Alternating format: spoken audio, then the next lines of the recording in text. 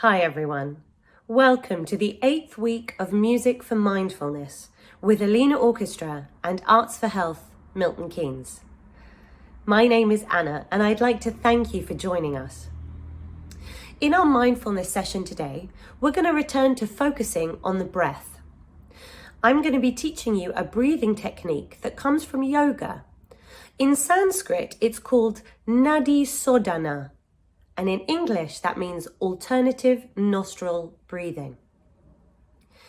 The reason I've chosen this technique for us is because it slows down the rhythm of the breath.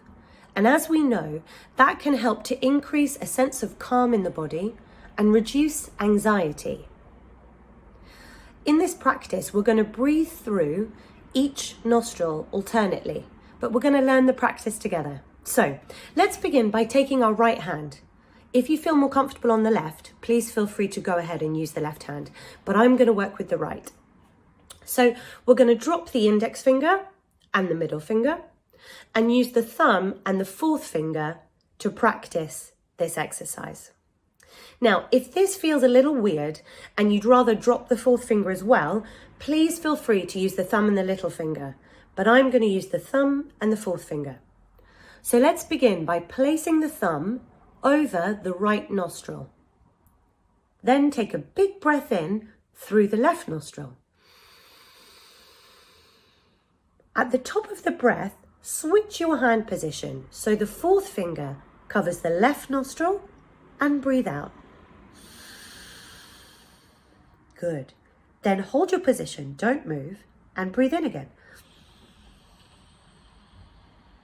Then we swap the fingers. And breathe out.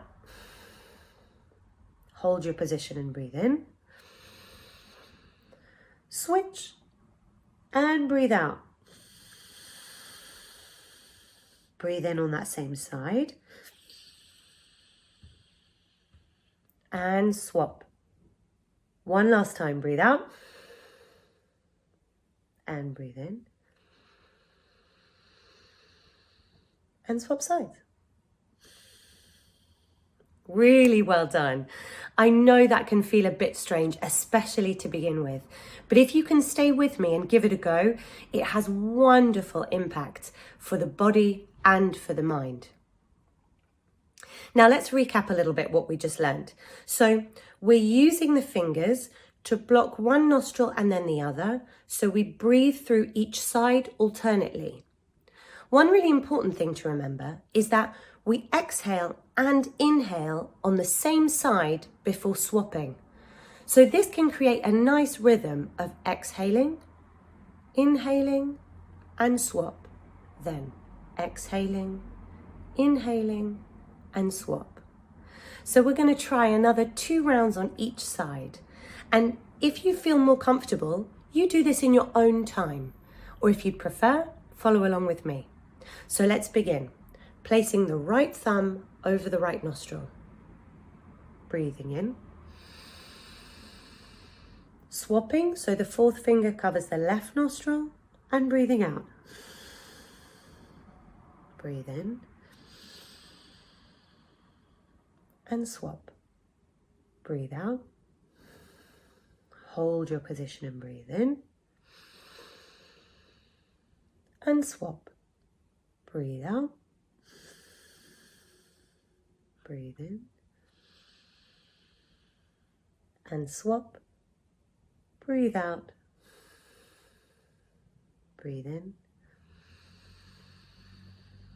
and swap. Really well done. Thank you so much for persevering with me today and for giving that a go. I hope it's something that you will enjoy and perhaps come back to so that you can feel the huge benefits that this practice can bring. Now we have a beautiful woodwind program for you today that I hope you're going to really enjoy, and I will look forward to seeing you next time. Take care. Hello again. Welcome to Music for Mindfulness. And this apparently is the 8th program. Isn't that terrific? I hope some of you followed all of them. If you're here for the first time, you're particularly welcome. I'm Hilary. I am the musical director of the series, and today we are going to focus on woodwind instruments. Now, woodwind instruments have a perfectly simple principle. You have a tube, which can be played sideways, as in the case of the flute, or straightforwardly downwards, as it is in most other woodwind instruments. And you cut holes in the tube, which enable you to change the pitch. If all the holes are covered, you have the maximum length, so you have a low pitch. As you uncover the holes, the pitch will rise as the tube effectively gets shorter because the air escapes through the hole. It's a very ancient principle. We know there were instruments of this kind 5,000 years ago at least, but they've been very much refined in the last 200 years. And one particular instrument, the clarinet, was actually invented in the 18th century, so pretty recently by musical standards. Today we have two very relaxed and beautiful pieces, one by a composer you probably may or may not know, which is the second son of Bach, Carl Philipp Emanuel Bach, and I'll tell you a bit about him in a moment, and the other, the Mozart Clarinet Concerto, perhaps the most well-known and most loved of all woodwind pieces. So let's start with the CPE Bach. CPE Bach was a very interesting man, and because his great father is such a giant in the musical world, we sometimes overlook Emanuel Bach, who was a very good composer in his own right. And he spent 30 years in Berlin and 20 more years at the end of his life, he died in 1788 as it happens, in Hamburg. So he overlaps with composers like Haydn and Mozart a bit, and he provides a sort of bridge between what we call the Baroque style, which is the style of Handel and Bach, and the more classical style of Mozart and Haydn, and ultimately of Beethoven. And his music is characterized by imaginative ideas and by a very expressive quality. He was the person who developed the idea that music could express emotion, and he does so very beautifully. This piece we are playing for you today, and that's where I say we, it's not we who are playing it, it's our lovely first flute player, Iliana Ruherman again, is a piece for unaccompanied solo flute. Not an easy thing to write for, because they can have the opportunity for beautiful melody and interesting rhythm. Of course, you have no actual harmony underneath to sustain it, no backing, if you like. But in fact, the way that CPE Bach writes this movement implies harmonic thought underneath it, which is a clever skill which he certainly learnt from his father. Iliana is playing us the second movement of this sonata, which is a busy piece, quite a lot of jumping around. It's not actually virtuoso, it's not at the very limit of the technical requirements of a flute, but it's quite busy and rapid and full of vitality and fun. There are elegant decorations. Decoration is a feature of this period, so trills and little wobbles around the note. But basically it's built around arpeggios, leaping jumps on the flute, which show its agility. It is one of the most agile instruments, and CPE Bach exploits that to the full. It shows off the skill of the player, but it also has a marvellous bustling energy. So it is going to contrast very nicely with the Mozart, which is coming after it. And it's a rather buoyant piece, which I hope will put you into a good mood for the day. And will also show you that this not very well-known composer was a man of considerable quality and really understood how to sustain a single line of music with nothing else at all in a way that grips the ear and makes you want to follow the narrative from beginning to end. I do hope you enjoy it.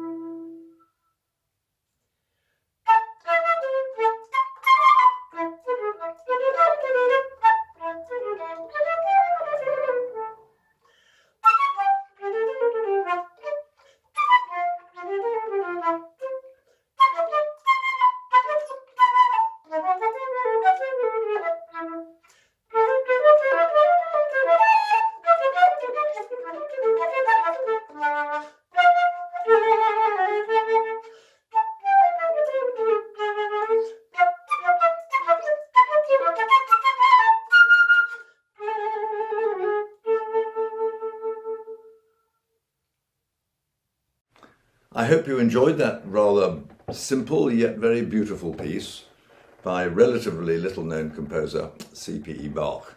We moved from that to a very famous piece by one of the most famous composers. This is Mozart's Clarinet Concerto. This was written quite near the end of Mozart's life, and most of Mozart's greatest music comes from this period. Whether he knew that his death was imminent, we cannot possibly know, but there is some sense in the music that he wrote in the last year or two that he felt a sense of urgency to get as much down as possible of what was in his head. And the Clarinet Concerto is a great masterpiece. Mozart loved the clarinet. It had been invented during his lifetime, and he was very taken with the sound it made. The clarinet makes its sound with a little reed, a little piece of wood, which vibrates against the body of the instrument, which is a solid piece of wood as opposed to a small, thin piece. And the vibrations that come from blowing the pressure between the reed and the mouthpiece are what give it its rather special sound. And it's a sound which has often been likened to the human voice. It's a particularly melodic sound. In this movement from the Clarinet Concerto, which is the second of three in the slow movement, Mozart makes enormous use of the vocal quality of the instrument. It could almost be a sad little lament being sung by someone on the top of a hill. And it's very, very simple on the surface and much more complicated underneath. The opening tune sounds like this.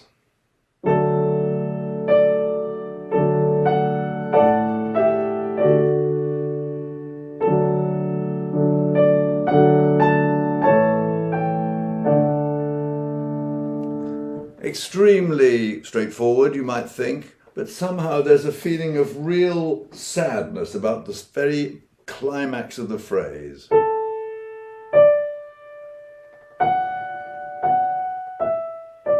The rise and fall has a sort of feeling of portent, of something not quite right in the world. And Mozart builds on that a little sequence. Those of you who've seen the earlier versions of this very nice Music for Mindfulness series will remember I spoke about a sequence. You just play the same thing twice, only a step higher. It sounds like this in this particular context.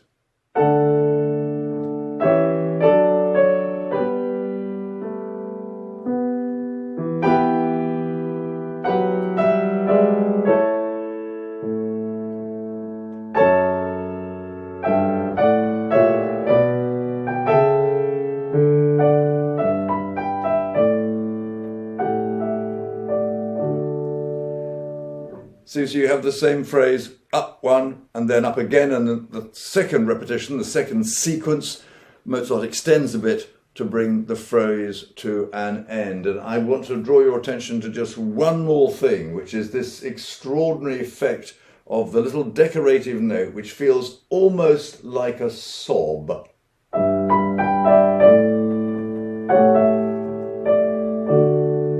That definitely adds something sad, something regretful to the way the music works. The piece is in a very straightforward ABA form. A is the material for beginning. It decorates a more involved and interesting section in the middle where the things get a bit more agitated. There's a bit more sense of going forward, and it goes back to this very stately melody again at the end, and it ends very quietly. This sort of music is only really effective if it's in the hands of a fine composer who can sustain slow, simple music by sheer force of imagination and of genius. Mozart had both, and I think you'll find this piece is extraordinarily moving to listen to and repays being listened to many times. And I hope very much that you find the same benefit from it that many of us do listening when we feel a bit agitated to something quite as intense and beautiful as this. So here it is, the slow movement of Mozart's Clarinet Concerto, and I hope you enjoy this too.